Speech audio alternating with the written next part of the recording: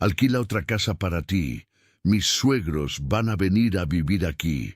Lo dijo así, con esa naturalidad que duele más que un golpe, como si estuviera acomodando un mueble de lugar, como si yo fuera el que sobraba. Mis suegros van a cuidar la casa, a los niños por las noches. Por fin Pablo y yo vamos a poder salir como pareja. Ellos entienden lo que necesitamos ahora. Yo la miré, a ella, a mi hija, a la niña que cargué en brazos cuando era tan pequeña que cabía entera entre mis manos, y no encontré en su mirada ni una sola duda. Hace 15 años, cuando Pablo perdió el trabajo, fui yo quien abrió la puerta de esta casa. Fui yo quien pagó sus deudas. Fui yo quien evitó que mi hija se quedara sin techo, sin saber a dónde ir, y ahora yo era el obstáculo para su nueva etapa. Lo que Jimena todavía no sabía es que esa conversación fue el comienzo de la vuelta más grande que esta casa jamás había visto. Antes de continuar, suscríbanse al canal y díganme en los comentarios desde dónde nos están escuchando. Mi nombre es Ramiro Delgado. No aparento mis años, me dice la gente, aunque ya no sé si eso es un cumplido o simplemente una forma de decirme que aún no merezco sentarme. Esa tarde de martes, el sol entraba torcido por la ventana de la sala, como siempre en octubre, dibujando franjas amarillas sobre el piso de mosaico que yo mismo mandé poner hace casi 30 años. Ese olor a guiso de Jimena llenaba la casa. Ese olor que durante mucho tiempo confundí con hogar. Ese día entendí que un olor no garantiza nada. Yo estaba sentado en mi sillón, el de cuero café, gastado del lado derecho porque siempre me recuesto igual. Leonardo jugaba en el suelo cerca de mí con unos carritos de plástico sin levantar la vista. Daniela dormitaba en el sillón de enfrente, abrazada a un oso de peluche que ya le quedaba chico, pero al que no quería soltar. 9 años, y ya tenía esa forma de abrazar como si tuviera miedo de que algo se fuera. Jimena salió de la cocina limpiándose las manos en el delantal. 46 años, mi hija, el pelo recogido, el gesto firme que heredó de mí y que siempre me dio orgullo. Hasta esa tarde, se paró frente a mí y habló. Papá, necesito decirte algo. Los papás de Pablo van a venir a vivir con nosotros. Asentí despacio. Esperé. La casa tiene espacio. Y tú tienes tu jubilación. No te falta para rentar un lugar cómodo. Cerca de aquí, si quieres. Hubo un momento, un segundo exacto, en que pensé que había escuchado mal, que el cansancio me había jugado una broma. Pero no. Jimena me sostuvo la mirada sin temblar. Sería lo mejor para todos, papá. Carmen y Tomás pueden ayudar con los niños, con la casa. Ya estamos en una etapa diferente. Pablo y yo necesitamos espacio como pareja. Ellos entienden eso. Tú siempre has sido muy independiente. Esto no debería ser difícil para ti. Independiente. Usó esa palabra como si fuera un elogio, como si decirme que no me necesitaba fuera a hacerme un favor. Leonardo levantó los ojos del suelo. Me miró un segundo, nada más. Luego volvió a sus carritos, pero yo vi algo en su cara, como si le diera pena. A sus 12 años, mi nieto entendió antes que nadie lo que estaba pasando. Daniela se despertó sin saber por qué. Me buscó con la vista. Se bajó del sillón y vino a abrazarme por la cintura sin decir nada. 9 años, y ya tenía el instinto de los que saben cuándo alguien necesita que lo sostengan. Yo no respondí de inmediato. Nunca he sido hombre de palabras apresuradas. ¿Y cuándo llegan? Fue lo único que pregunté. Este fin de semana. Pocos días para que yo empacara mis años y los acomodara en algún departamento rentado con dinero que gané trabajando más de 30 años en una empresa donde dejé la vida. Jimena volvió a la cocina, como si la conversación hubiera terminado bien. Pablo llegó media hora después. Me saludó con una palmada en el hombro. de esas que los hombres usan cuando no quieren mirar a los ojos. No dijo nada del tema. Nunca dice nada de los temas difíciles. Aprendió hace mucho que Jimena habla por los dos. Esa noche, después de cenar en silencio, subí a mi cuarto. Me senté en la orilla de la cama y abrí el cajón de la mesita de noche. Ahí, debajo de un rosario que fue de mi madre y de una foto de mis hijos cuando eran chicos, estaba la escritura de la casa. Una casa modesta, en una colonia del norte de Monterrey, Nuevo León, a nombre de Ramiro Delgado. Solo, sin copropietarios, sin transferencias, sin promesas firmadas. La sostuve entre las manos un momento largo. Recordé cuando la compré. 41 años tenía. Firmé solo porque su madre ya había muerto y no había nadie más que firmara conmigo. La pagué en 16 años de abonos, que a veces me dejaban sin cenar. La pinté con mis manos. Cambié los vidrios cuando los rompió un granizo. Puse el tinaco nuevo cuando el viejo ya no aguantaba. Esta casa no era un inmueble. Era mi columna vertebral. Guardé la escritura de nuevo. Despacio. Ellos hablaban como dueños. Carmen ya me había escrito preguntando si el cuarto del fondo tenía buena ventilación. Tomás había comentado que traería su sillón reclinable y que esperaba que hubiera lugar en la sala. Pero esa noche tomé una decisión en silencio. Mientras el reloj de pared marcaba las 11 con su tic-tac de siempre, nunca más pisaría esta casa como si fuera un huésped. Hay cansancios que no se sienten en los huesos, se sienten en la memoria. Esa noche no dormí. Me quedé mirando el techo con los ojos abiertos, escuchando el crujido de la casa vieja, ese sonido que ya conozco tan bien que sé exactamente qué madera se mueve cuando hay viento del norte. Y me puse a recordar, no con nostalgia, con la claridad fría de quien finalmente deja de hacerse el desentendido. Fue hace 15 años. Ximena tenía 31, Pablo 34, y todavía no había niños. Leonardo y Daniela llegaron después, cuando yo ya les había abierto esta puerta. Pablo llegó una noche con la cara de quien ya no tiene nada que perder. Me corrieron, la empresa cerró, no hay liquidación, no hay nada.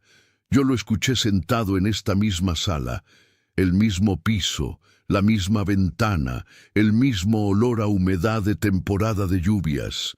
Ximena lloraba en silencio en la cocina. Pablo tenía los ojos rojos de hombre orgulloso que ya gastó todas sus lágrimas en el camino de vuelta a casa. No lo pensé 2 veces. Quédense aquí, los dos, hasta que se acomoden. Eso dije. Hasta que se acomoden. 15 años es mucho tiempo para acomodarse. El primer año pagué todo. La comida, los servicios, el gas, la renta que ellos ya no podían cubrir en su departamento anterior. Pablo buscó trabajo durante meses con una dignidad que en ese momento yo respetaba. Mandaba currículums, iba a entrevistas, volvía con la cara larga, pero sin rendirse. Eso lo reconozco. Pablo no es mal hombre, solo aprendió a vivir cómodo cuando alguien más cargaba el peso. Con los años empezaron los gastos extras. Cuando llegaron los niños, vino la escuela, las cuotas, los útiles. La remodelación del cuarto del fondo para que tuviera más espacio. Los muebles nuevos porque los de ellos ya estaban muy deteriorados. Yo firmé todo. Nunca pregunté cuánto costaba. Era mi hija. Cambié el tinaco.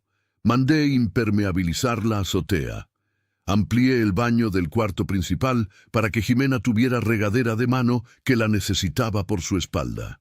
Puse ventanas de aluminio en lugar de las viejas de madera que ya no cerraban bien. Mucho dinero invertido a lo largo de años, en una casa que ya era mía, pero que fui haciendo, sin querer, de todos. Nunca cobré renta, ni un peso. No porque no me hiciera falta, sino porque Ximena una vez, al principio, me dijo con los ojos aguados, «Papá, si nos cobras renta, se siente como si no fuéramos familia». Y yo no supe cómo decirle que la familia no exime a nadie de la responsabilidad. Me callé entonces, como tantas otras veces. Hay algo que nadie de los que viven en esta casa sabe, o que saben y prefieren ignorar. Durante todos esos años, yo tuve una persona. Elena. La conocí años después, en el velorio de un amigo común, cuando mi casa ya estaba llena y yo ya había aprendido a callarme. Viuda, discreta, con esa firmeza tranquila de las mujeres que han aprendido a sostenerse solas. Nos hicimos compañía al principio, sin llamarle a eso ningún nombre. Luego le fuimos poniendo nombres en voz baja, solo entre los dos. Pero nunca la traje a esta casa, nunca la presenté como lo que era. Ximena, desde que murió su madre, desarrolló una sensibilidad extraña hacia la idea de que yo pudiera rehacer mi vida. No lo decía con palabras, lo decía con silencios cargados, con comentarios de refilón, con esa forma de cambiar el tema que es peor que cualquier pelea. Y yo, por no herirla, fui guardando a Elena en una cajita que solo abría cuando salía solo. Los domingos que decía que iba a misa, a veces iba a desayunar con ella a una fonda del centro. Los martes que supuestamente tenía junta de condóminos. A veces íbamos al parque y caminábamos despacio, hablando de cosas que aquí nadie me preguntaba. Elena nunca me pidió más, pero yo sabía, sin que ella lo dijera, que merecía más. Esa madrugada, tumbado en mi cama mientras la casa dormía sobre mis errores de paciencia, lo entendí por primera vez con toda su brutalidad. Durante todos esos años me había ido borrando, poco a poco, con buena intención, con amor genuino, pero borrándome al fin. Dejé de tener horarios propios, dejé de poner música que me gustara porque a Pablo le molestaba el folclor. Dejé de invitar amigos porque Ximena decía que la casa ya estaba muy llena. Dejé de traer a Elena porque el dolor de mi hija me pesaba más que mi propio derecho. Y ahora que ellos habían decidido que yo ya no cabía, lo único que sentían era comodidad al decírmelo. El reloj marcó las 2 de la mañana. Tomé el teléfono de la mesita. Busqué el nombre de Elena en la pantalla. Años de mensajes ahí, mezclados con fotos de parques, de desayunos, de un par de cumpleaños que ella nunca dejó pasar sin llamarme. Escribí: Elena, ¿puedo llamarte mañana temprano? Necesito contarte algo y hacerte una pregunta. Esperé. 3 minutos después, la pantalla se iluminó. Claro, Ramiro, aquí voy a estar, como siempre, como siempre. Esas 2 palabras me pesaron en el pecho de una manera que no supe si era culpa o gratitud o las 2 cosas juntas. Dejé el teléfono, cerré los ojos, y fue en esa madrugada que tomé la decisión que lo cambiaría todo. Las decisiones que cambian una vida no llegan con truenos. Llegan con una taza de café frío y la luz gris de las 6 de la mañana. Salí de la casa antes de que nadie despertara. Me puse el pantalón de gabardina, la camisa azul que Elena siempre dice que me queda bien, y bajé las escaleras despacio para no despertar a nadie. La casa olía a noche todavía, ese olor cerrado de espacios donde duerme mucha gente. En la cocina, los trastes del desayuno de la noche anterior seguían apilados en el fregadero. Nadie los había lavado. Ya nadie esperaba que yo lo hiciera, pero tampoco nadie más lo había hecho. Salí sin desayunar. Llamé a Elena desde la banqueta, caminando hacia el parque que queda a 3 cuadras. Ella contestó al segundo timbrazo. Elena siempre se levanta temprano. Buenos días, Ramiro. Buenos días, Elena. ¿Puedo pasar a verte? Una pausa breve, no de duda. De esas pausas que se toman las personas que piensan antes de hablar. Te pongo el café. La casa de Elena está del otro lado de la ciudad, a un buen rato en camión o a unos minutos en mi coche viejo que todavía manejo mejor de lo que mi hija quisiera admitir. Es una casa pequeña, de 2 cuartos, con una maceta de bugambilias en la entrada que ella riega cada tercer día con una disciplina que me parece admirable. Llegué antes de las 8. Ella abrió la puerta antes de que tocara. El pelo canoso recogido, delantal todavía puesto, los ojos despiertos de quien duerme bien porque tiene la conciencia en paz. Me hizo pasar. Me senté en la silla de siempre, junto a la ventana que da al patio donde tiene sus plantas. El café ya estaba servido, negro, sin azúcar como me gusta, y todavía lo recuerda. «Cuéntame», dijo ella, sentándose frente a mí con su taza entre las manos, y le conté.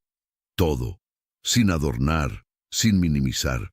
Le conté lo de Jimena, lo de Carmen y Tomás, lo de la escritura que sigue a mi nombre, lo de la noche que no dormí mirando el techo.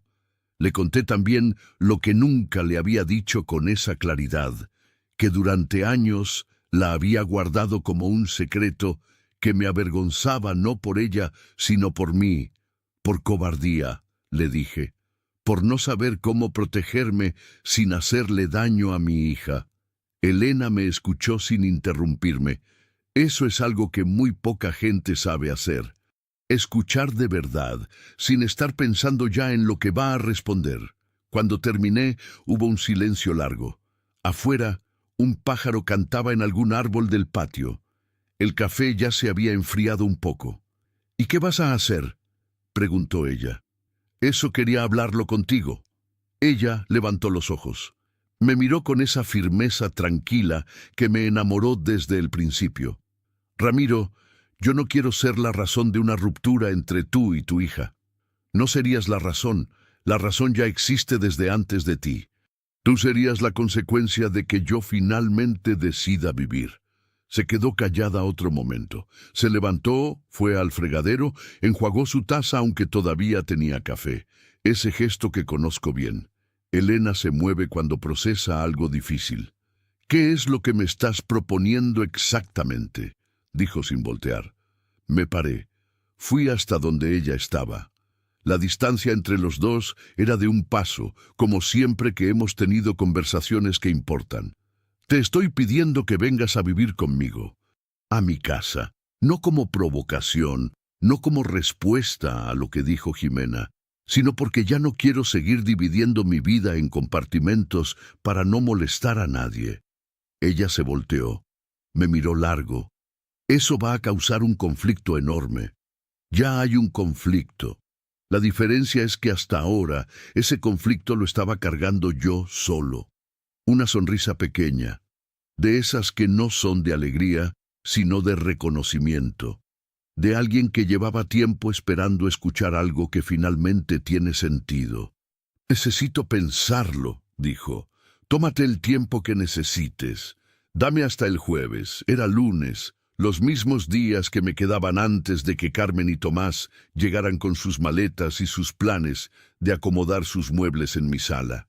Volví a casa caminando despacio con las manos en los bolsillos y el pecho más liviano que en mucho tiempo.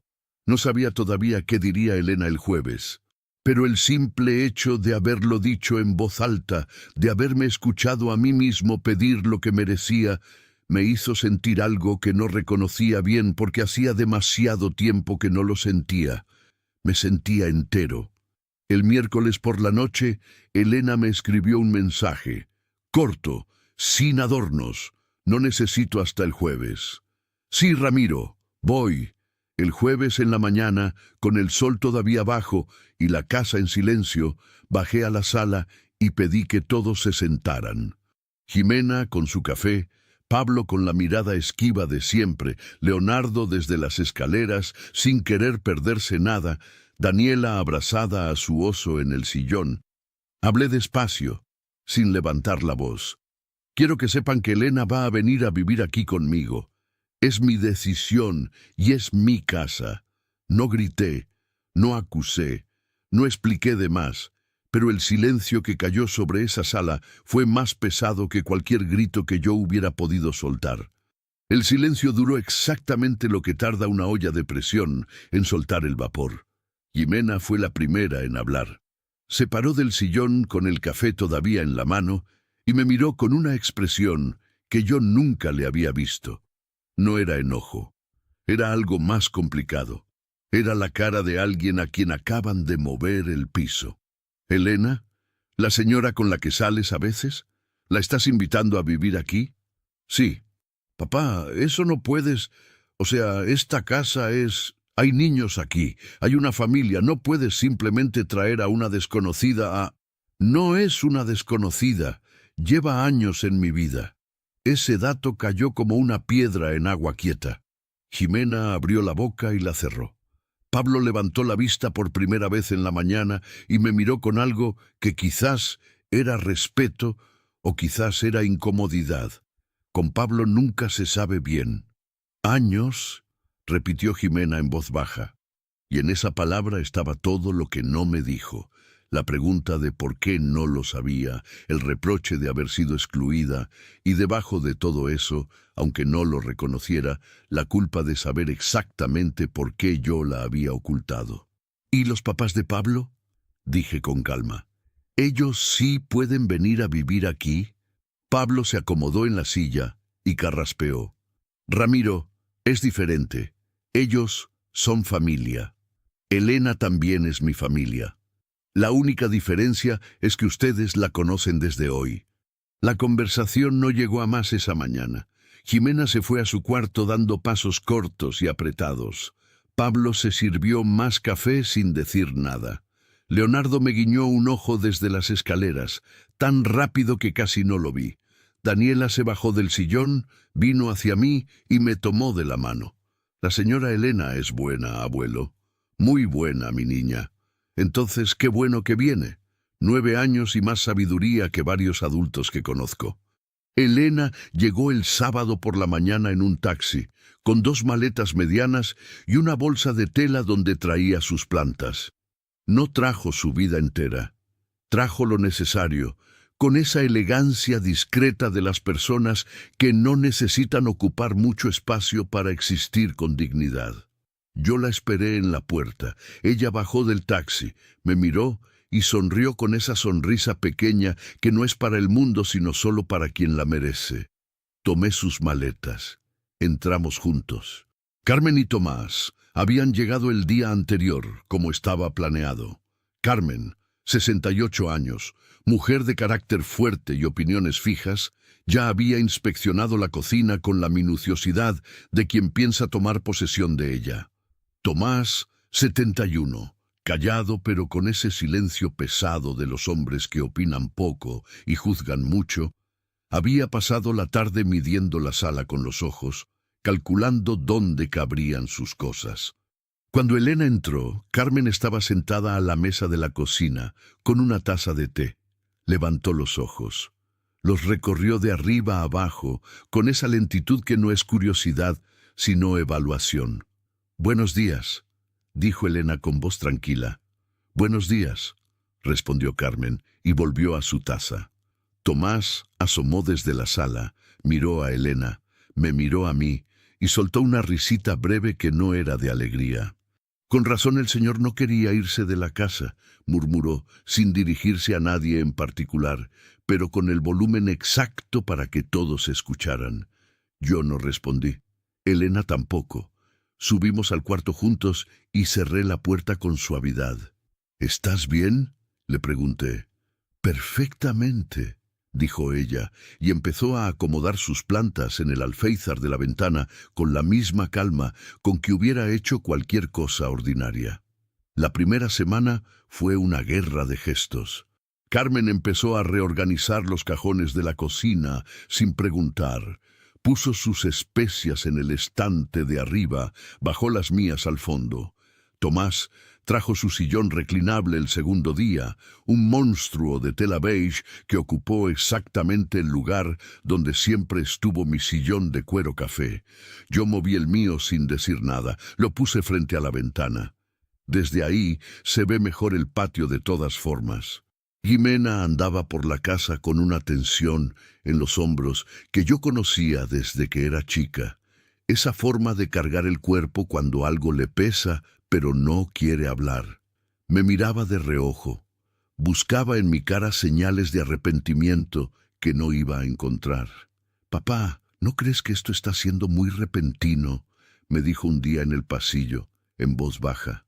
«Lleva años en mi vida, Jimena, pero aquí, con los niños, con todos. Tus suegros también llegaron de repente. Se quedó callada un segundo. Eso es diferente. Explícame por qué. No me explicó.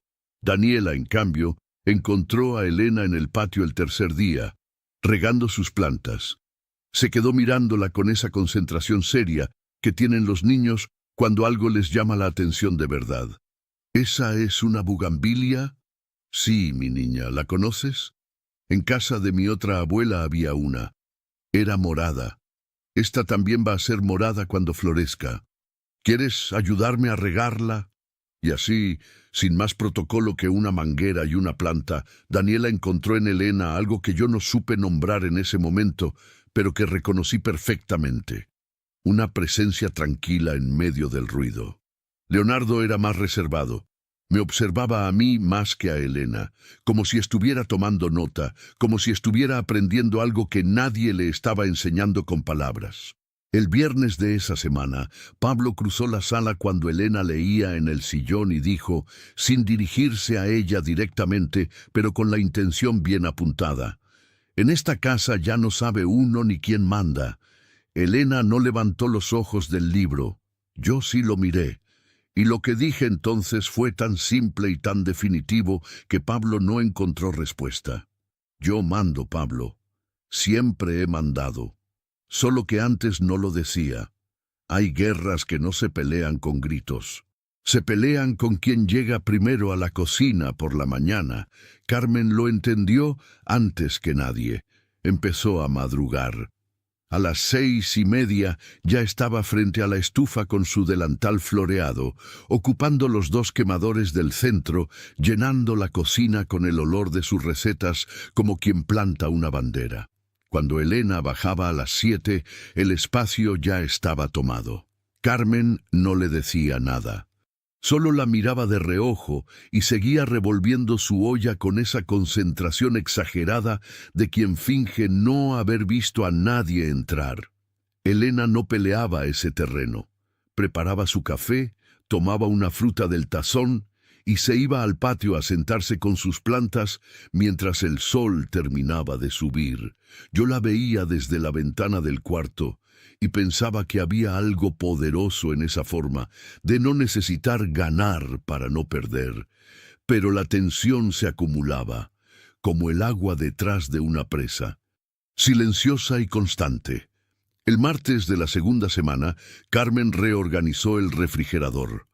Movió los alimentos que Elena había comprado al cajón de abajo, el que casi no se abre porque está cerca del piso. Los suyos ocuparon los estantes del centro. Cuando Elena lo notó, no dijo nada. Lo mencionó en privado, en el cuarto, con esa voz tranquila que a mí a veces me costaba más que un grito. «Ramiro, no quiero causarte problemas. No me los estás causando tú. Pero puedo ver que esto se está poniendo difícil. Difícil lo estaban poniendo ellos antes de que llegaras. Tú solo hiciste visible lo que ya existía». Ella me miró un momento, asintió despacio, y no volvió a mencionar irse.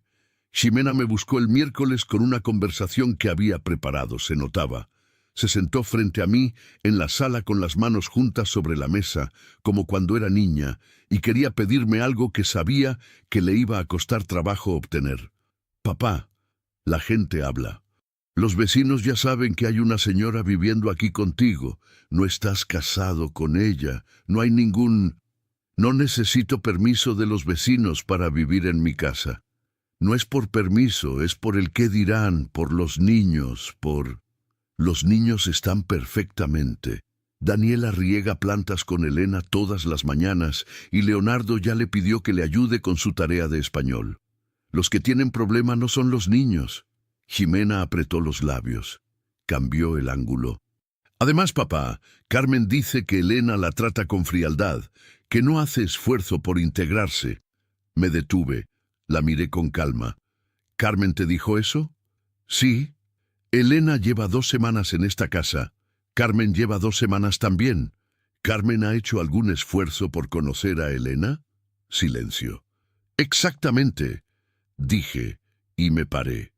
Leonardo se había convertido en un observador silencioso de todo. Lo veía en los desayunos, con los ojos moviéndose de un adulto a otro, como quien sigue un partido, registrando quién decía qué, quién callaba cuándo, quién miraba para otro lado en los momentos importantes. A esa edad yo ya sabía también quién era justo y quién no en mi casa, solo que nadie me había preguntado. Un día me alcanzó en el patio cuando yo regaba el árbol de limón.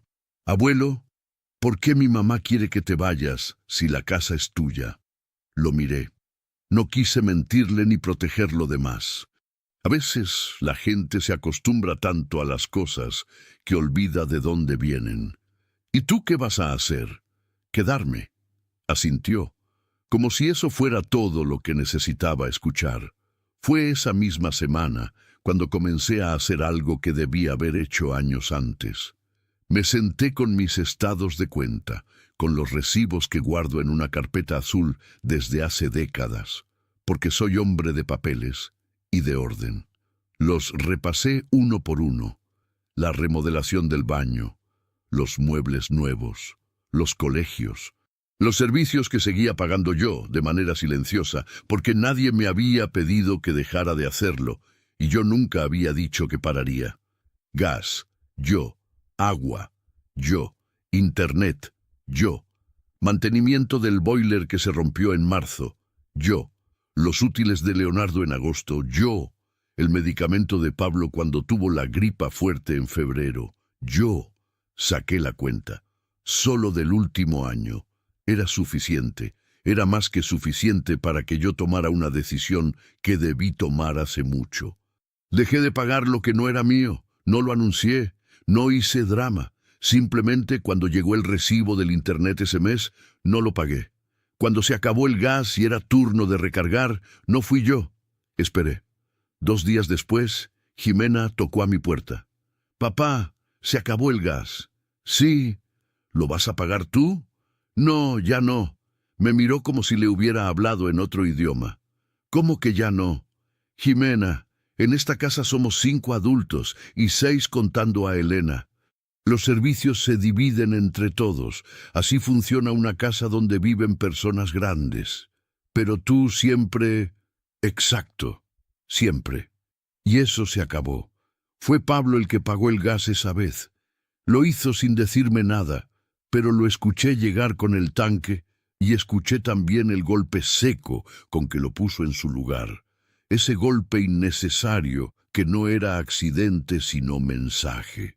Y esa noche, en la cena, Pablo levantó los ojos del plato y dijo algo que cruzó una línea que ninguno de los dos sabíamos que existía hasta ese momento. «Con todo respeto, Ramiro, pero uno ya no sabe si esto es una casa o un lugar donde cada quien hace lo que quiere». El silencio fue absoluto. Elena dejó el tenedor sobre el plato con una suavidad que fue más elocuente que cualquier respuesta. Daniela miró a su papá con los ojos muy abiertos. Leonardo bajó la vista al plato, pero apretó la mandíbula. Yo no me moví, no cambié la expresión, solo lo miré el tiempo suficiente para que él entendiera que había dicho algo que no se podía desdicho. Y entonces hablé. Las palabras que cambian todo no siempre son las más largas. Miré a Pablo, directo, sin apresuro, con esa calma que solo se consigue cuando uno ya no tiene miedo de lo que puede perder, porque ya entendió exactamente lo que tiene. Esta casa es mía, Pablo, solo mía. Siempre lo ha sido, lo dije despacio, sin levantar la voz, sin necesitar que nadie me aplaudiera. Nunca la transferí, nunca la prometí, nunca firmé nada que dijera que era de alguien más. La compré a los 41 con dinero que gané trabajando solo, la pagué en 16 años de abonos, la remodelé con mis manos y con mi dinero, y sigue a mi nombre, sin copropietarios, sin firmas ajenas. Si alguien tiene dudas, la escritura está en el cajón de mi mesita, y no hay nada que discutir. Nadie habló. Los recibí aquí porque quise, porque son mi familia y porque en ese momento lo necesitaban. Pero acoger a alguien no es cederle lo que es tuyo. Eso lo confundieron. Y entiendo que es cómodo confundirlo cuando nadie te corrige. Eso también fue mi error. Carmen se movió en su silla, ese movimiento de quien quiere hablar, pero todavía está calculando el riesgo. Ramiro, dijo con esa voz que usan las personas cuando quieren sonar razonables pero están enojadas. Nadie te está quitando nada. Solo decimos que la convivencia se ha vuelto difícil desde que yo decidí vivir como me da la gana en mi propia casa. La interrumpí sin brusquedad pero sin ceder. Sí, entiendo que eso incomoda. Es que la señora, dijo Carmen, y el tono en que pronunció esas dos palabras era el de alguien que escupe sin escupir. No hace ningún esfuerzo por... Elena, la corregí. Se llama Elena, y en esta mesa se le habla por su nombre. Carmen abrió los ojos 1 milímetro más. No estaba acostumbrada a que yo pusiera límites con esa firmeza. Ninguno de los que estaban en esa mesa lo estaba. Años de paciencia crean la ilusión de que la paciencia no tiene fondo. Estaban descubriendo que sí lo tiene. Jimena habló entonces.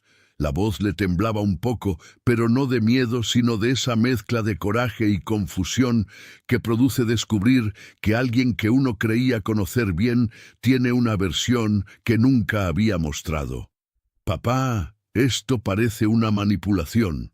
Primero dices que no te vas, luego traes a Elena, luego dejas de pagar las cosas, luego nos dices que la casa es tuya como si lo estuvieras usando de amenaza. No es una amenaza, Jimena, es un hecho. Hay una diferencia enorme entre los dos. Pero lo estás usando para presionarnos. Lo estoy diciendo, porque ustedes hablaban como si esta casa fuera suya. Y no lo es. Eso no es presión. Es realidad. Eres mi papá. ¿Cómo puedes hablarme así? Precisamente porque soy tu papá. Y porque te quiero demasiado para seguir dejando que vivas en una confusión que algún día te iba a costar más cara que hoy. Tomás, que había permanecido callado todo ese tiempo con los brazos cruzados, y esa expresión de hombre que considera que su silencio es en sí mismo una postura, decidió hablar. Mire, si así van a ser las cosas, quizás Carmen y yo nos vamos. No vinimos aquí a que nos traten como extraños. Lo miré. Sentí algo curioso, no enojo, no alivio, no satisfacción, solo claridad. Nadie los está corriendo, Tomás. Esa es mi postura y quiero que quede muy clara. Nadie en esta mesa tiene que irse si no quiere, pero nadie en esta casa me va a tratar como si fuera visita en lo que construí con mis propias manos. Eso tampoco. Entonces, ¿qué quieres exactamente?, preguntó Jimena, y en su voz había algo que me dolió más que el enojo. Había agotamiento. Quiero que esta casa funcione con respeto para todos, que Elena sea tratada como lo que es, que los gastos se compartan como corresponde a adultos, que se me consulte cuando se tomen decisiones que afectan mi hogar. Y quiero que se entienda de una vez que yo no soy un obstáculo ni un mueble que se acomoda según la conveniencia de los demás. Nadie respondió. Elena había estado en silencio todo el tiempo, con las manos sobre la mesa, la espalda recta. No había intervenido, no había necesitado hacerlo. Pero en ese momento me miró, y lo que vi en su mirada no era triunfo ni alivio, era algo más sereno. Era el reconocimiento de alguien que finalmente ve a la persona que siempre supo que yo era. La cena terminó sin postre. Carmen y Tomás se fueron a su cuarto sin decir buenas noches. Pablo recogió su plato y el de Jimena con movimientos mecánicos, sin mirar a nadie. Jimena se quedó sentada un momento más, mirando la mesa, con esa expresión que tienen las personas cuando están procesando algo que no cabe fácil en su cabeza. Daniela me abrazó antes de subir las escaleras. «Buenas noches, abuelo». «Buenas noches, mi niña». Leonardo pasó junto a mí y me apretó el brazo un segundo, nada más, pero fue suficiente. Quedamos Elena y yo solos en la sala. Ella recogió los vasos que faltaban. Yo apagué las luces del comedor. Nos sentamos un momento en el patio, donde la bugambilia ya empezaba a mostrar los primeros brotes morados entre las ramas. ¿Estás bien?, me preguntó. Sí, dije. Y era verdad. ¿Crees que se vayan? No lo sé, pero ya no es lo que más me importa. Ella asintió. Tomó mi mano. Afuera, la calle estaba quieta como suelen quedarse las calles de Monterrey cuando el calor baja. Adentro, la casa respiraba diferente, más pesada en algunas partes, más limpia en otras. Me fui a acostar tarde, y cuando apagué la luz, desde el cuarto al final del pasillo, escuché algo que me detuvo. El sonido inconfundible de una maleta siendo cerrada. Pero no era la mía. Hay sonidos que uno aprende a reconocer con los años. El crujido de una puerta que ya necesita aceite. El golpe sordo del boiler cuando calienta agua en la madrugada. El paso de Leonardo por el pasillo, siempre apresurado, siempre con un pie más pesado que el otro. Y el sonido de una familia que se fractura. Ese también lo aprendí esa noche. Las maletas se cerraron despacio, como quien todavía está decidiendo si de verdad va a hacer lo que está haciendo. Me quedé en la cama sin moverme, mirando el techo en la oscuridad, escuchando cada sonido con esa atención involuntaria que tiene el cuerpo cuando sabe que algo importante está pasando, aunque la mente todavía no quiera nombrarlo. Elena dormía, o fingía dormir para darme espacio. Con ella nunca supe bien cuál de las dos cosas era, y siempre me pareció que esa ambigüedad también era una forma de cuidarme. A la mañana siguiente, bajé a las 7. Carmen y Tomás ya estaban en la sala con 2 maletas cada uno, alineadas junto a la puerta con esa precisión de quien organizó la salida la noche anterior. Carmen tenía el gesto cerrado de quien ha decidido que el orgullo vale más que cualquier conversación. Tomás miraba su teléfono con la concentración exagerada de quien no quiere mirar a los ojos. «Buenos días», dije. Carmen asintió. Tomás levantó una mano sin alzar la vista. Fui a la cocina. Me preparé el café. Los escuché hablar en voz baja, ese murmullo tenso de las personas que coordinan una retirada. Jimena bajó 10 minutos después con ojeras y el pelo suelto, sin arreglarse, lo cual me dijo más sobre cómo había pasado la noche que cualquier cosa que pudiera decirme. Pablo bajó detrás de ella, se paró en la entrada de la cocina y me miró. «Ramiro, mis papás se van hoy». «Sí, ya vi. Jimena y yo necesitamos hablar contigo. Cuando quieran». Nos sentamos los 3 en la mesa de la cocina. El café humeaba. Afuera se escuchaban los pájaros y el sonido lejano de la calle despertando. Esa normalidad del mundo de afuera que sigue igual mientras adentro todo se reorganiza. Pablo habló primero y lo hizo con más compostura de la que yo esperaba. «Mis papás se sienten incómodos. Dicen que la situación no es lo que esperaban, que no quieren estar donde no los quieren». Nunca dije que no los quería aquí, Pablo. Dije que nadie me iba a tratar como si yo sobrara en mi propia casa. Hay una diferencia. Lo sé, pero ellos lo vivieron diferente. Eso lo entiendo y lo respeto. Jimena había estado callada, con la taza entre las manos, mirando el mantel. Cuando habló, la voz le salió más pequeña de lo habitual. Menos Jimena que organiza y más Jimena que era mi hija antes de todo esto. «Papá, ¿de verdad pensaste que te íbamos a correr de tu propia casa?» La pregunta me tomó por sorpresa. No por lo que preguntaba, sino por cómo lo preguntaba. Con genuina confusión. Como si de verdad no hubiera visto lo que yo vi. «Jimena, me pediste que me fuera, que alquilara otro lugar. Si tú lo llamabas reorganizar, para mí era lo mismo». Silencio largo. «No», dijo en voz baja. «No te pregunté qué querías tú. No le eché en cara el reconocimiento. No era el momento para eso. Solo asentí». Carmen y Tomás se despidieron con una frialdad que era en realidad vergüenza mal procesada. Carmen me dio la mano, con la rigidez de quien no quiere dar la mano, pero sabe que no hacerlo sería peor. Tomás me miró al final un segundo y dijo, con más sinceridad de la que esperaba. No fue mi intención faltarle al respeto, Ramiro. Lo sé, Tomás, que les vaya bien. Y eso fue todo. Lo que no esperaba era lo que pasó después.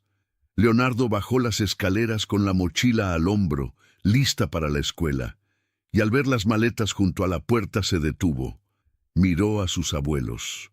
Los miró a ellos, me miró a mí. ¿Se van?, preguntó. Sí, hijo, dijo Carmen con una sonrisa que quería ser tranquilizadora. Leonardo asintió despacio. Luego vino hacia mí, me abrazó por la cintura con una fuerza que no le conocía, y me dijo en voz baja, casi al oído, «Bien, abuelo. Solo eso. Bien, abuelo». Tuve que carraspear para que no se me notara demasiado lo que sentí en ese momento. Daniela fue la más difícil. Bajó corriendo cuando escuchó que sus abuelos se iban, sin entender del todo por qué, con esa angustia de los niños pequeños ante las despedidas que nadie les explicó con tiempo. Se abrazó a Carmen llorando, luego a Tomás, luego a su mamá. Luego corrió hacia mí y me abrazó también, como si necesitara tocar a todos antes de que el mundo se terminara de reacomodar. Los vamos a ver, abuelo. ¿Verdad que sí los vamos a ver? Claro que sí, mi niña. Esto no es una despedida para siempre. Y lo decía en serio. Nunca quise que fuera una despedida para siempre. Carmen y Tomás se fueron en un taxi que Pablo llamó.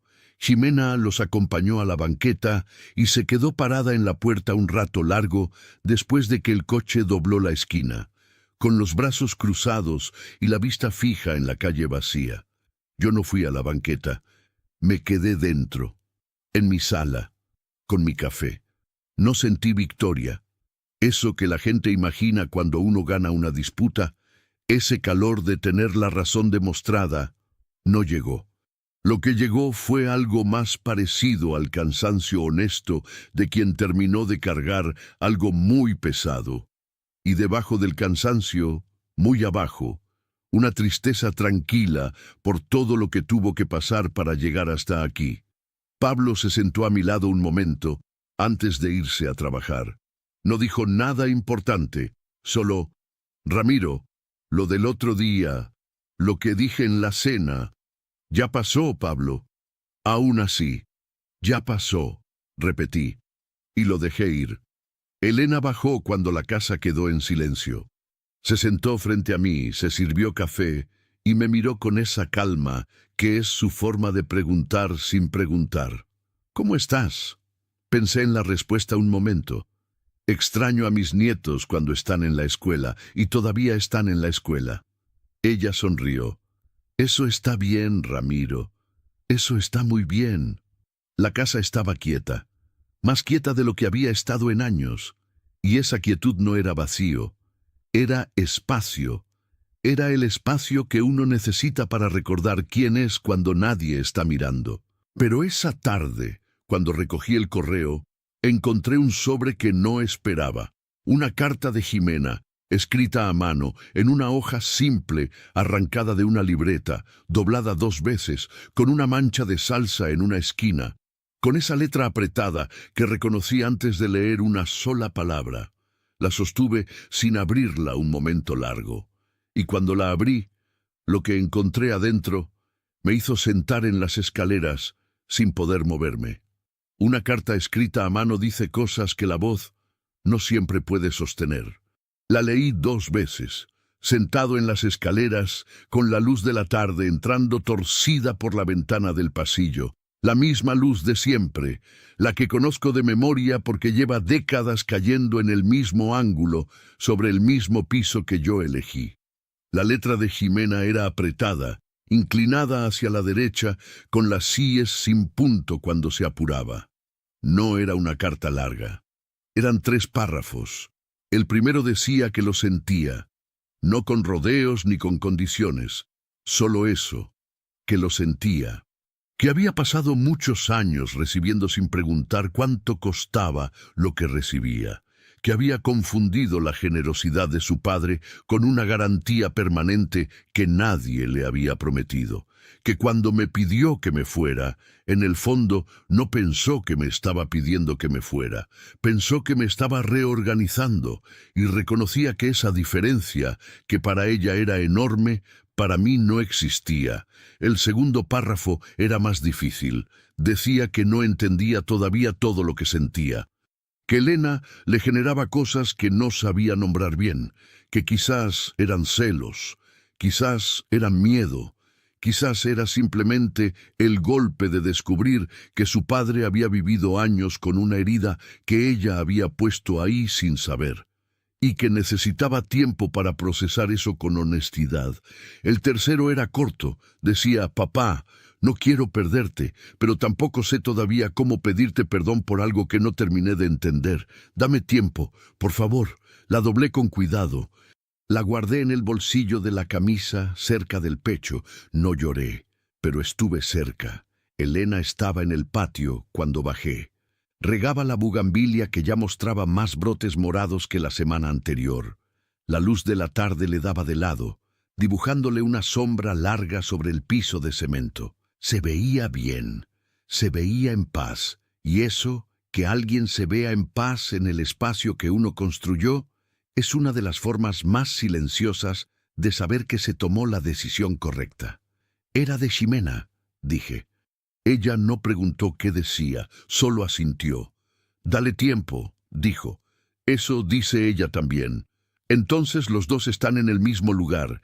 Eso es más de lo que tienen muchos padres e hijos». Me senté en la silla del patio, la que compré hace 3 años en un mercado de segunda mano y que nunca le gustó a nadie más que a mí. El sol bajaba despacio. En la calle se escuchaban los niños saliendo de la escuela del Rumbo, ese escándalo alegre de las 3 de la tarde que durante años me indicó que pronto llegarían Leonardo y Daniela. Y llegaron, pero diferente. Pablo los trajo esa tarde. Tocó el timbre en lugar de entrar con llave, que era lo que hacía antes. Ese gesto pequeño me dijo que también él estaba recalibrando distancias, no de mala manera, de manera honesta. Leonardo entró primero. Dejó la mochila junto a las escaleras como siempre y vino directo a donde yo estaba. «¿Cómo estás, abuelo?» «Bien, Leonardo. ¿Y tú?» «También». Se sentó en el piso del patio junto a mis pies como cuando era chico y yo le contaba cosas. «Oye, abuelo, Elena me dijo que sabe jugar ajedrez». «Eso escuché. ¿Crees que me enseñe?» Miré a Elena. Ella sonreía sin voltear, fingiendo estar muy ocupada con su maceta. «Creo que sí», dije. Daniela llegó corriendo detrás de su hermano. Se trepó a mi regazo con la energía desconsiderada de sus años y me aplastó las rodillas con un entusiasmo que fingí no sentir. Me abrazó fuerte. Olía a jabón de la escuela y a ese sudor honesto de los niños que corrieron todo el recreo. «Abuelo, ¿ya floreció?» «Un poco. Mira», señalé la bugambilia. Daniela se bajó de un salto y fue corriendo a ver los brotes morados. Elena se agachó junto a ella y le explicó algo que no alcancé a escuchar, y Daniela abrió los ojos grandes con esa expresión de quien acaba de aprender algo que le parece extraordinario. Pablo se asomó desde la puerta del patio antes de irse. «Ramiro, Pablo, los paso a buscar a las 7. Aquí los tengo». Asintió. Se fue, sin más, pero sin la tensión de antes, sin el peso de las cosas no dichas que se cargan en los hombros. Todavía había distancia entre nosotros, pero era una distancia honesta y con eso se puede trabajar. Los días que siguieron fueron distintos. Me levanté temprano como siempre, pero empecé a hacer cosas que había dejado de hacer sin darme cuenta. Puse mi música por las mañanas, ese folclor norteño que a Pablo le molestaba y que yo había ido bajando de volumen año con año hasta que dejé de ponerlo del todo. Elena lo escuchó la primera mañana y dijo que le gustaba. No sé si era verdad o si lo dijo por mí, pero lo dijo. Fui al banco. Revisé mis cuentas con la calma de quien sabe exactamente lo que tiene y lo que no. Mi jubilación era suficiente para vivir bien, no con lujos, pero con dignidad. Siempre lo había sido. La diferencia es que antes la usaba para sostener una casa llena, sin que nadie se lo pidiera explícitamente, pero todos lo esperaran implícitamente. Hablé con un licenciado, un abogado que conocí hace años, hombre serio y de pocas palabras, al que le pregunté sobre fideicomisos, sobre testamentos, sobre la manera correcta de ordenar las cosas, para que cuando yo no estuviera, nadie tuviera que pelear por nada. No era por venganza, era por orden, para que nadie volviera a jugar con mi nombre. Él me explicó con paciencia. Tomé notas.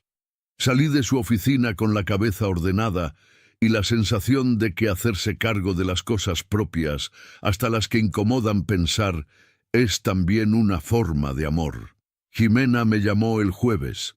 Dudó antes de hablar, lo cual en ella es casi un milagro de contención.